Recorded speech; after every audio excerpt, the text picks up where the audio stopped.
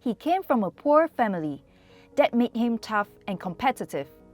Now, he's one of the prominent fund managers in Asia who manages 17 billion US dollars worth of assets.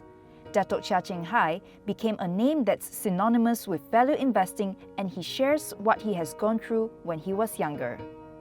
In those days, you never really felt very intimidated by international competition because the circumstances in Malaysia were so harsh that you felt very fit, very capable of taking on whatever they throw at you. So what are you saying? Malaysia in the 60s and 70s was a pretty difficult place for young people. Unemployment was very high. It was before the economic miracle, right? And we had the race rise in on May 13, 1969, that caused that was contributed to a situation in the country that was very uneasy, very tense. And I think in the early 70s, they introduced the new economic policy that in fact left the non-Malay part of the population, people like myself, definitely very stranded. We are not part of the equation, you know. Sometimes you also feel a bit unwanted, yeah. So anyway, I'm glad things have changed a lot since then, but it was not the easiest time. So my attitude at that time was, wherever the competition is from anywhere in the world, I can handle it, yeah.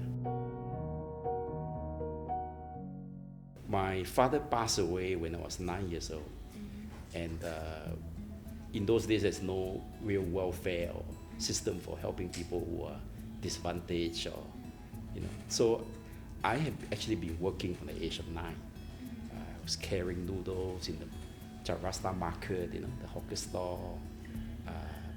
At the age of 11 or 12, I can't remember. I was studying in Penang Free School, the morning session.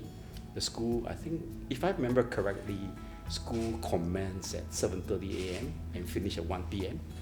And after that, I had to dash like crazy from the school in my little motorbike to the, we call it a Sia Boy, the fresh food market.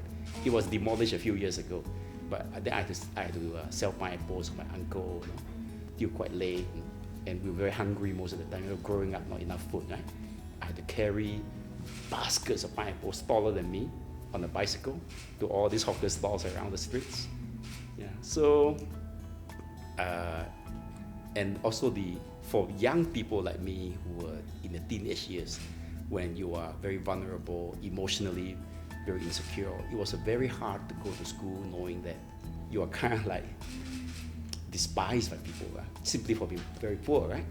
Yeah, this is the way life works. You can't afford to buy shoes. You always have to share textbooks. So I guess this kind of answers your question why I felt that we can be very competitive.